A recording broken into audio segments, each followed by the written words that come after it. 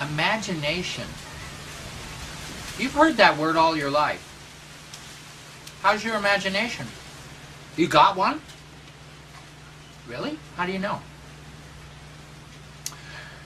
I bet you say, I don't have an imagination. Just like say, I can't draw. Well, of course you have an imagination. Do you ever have a dream? Well, where did that picture come from? Well, it's in there. How did it get in there? It's an image, isn't it? So you're imaging naturally all the time.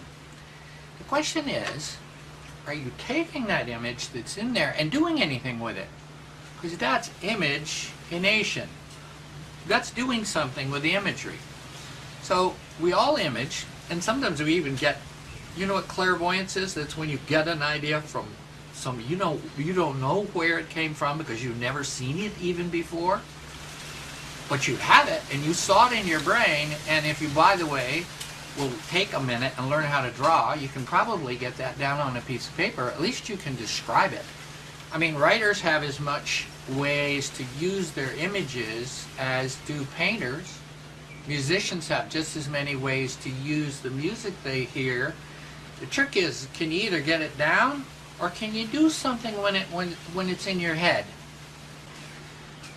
The difference that I'm getting to here is when you can start to take an image in your mind and build something with it, move it around, add something to it, then you have an imagination.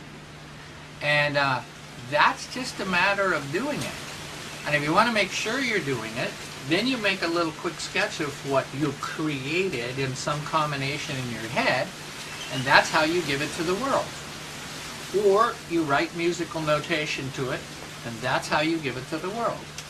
Or you start the first paragraph of your next writing and you give it to the world, because if when you're writing you can't see that scene, you're going to have an awful hard time giving it to your readers.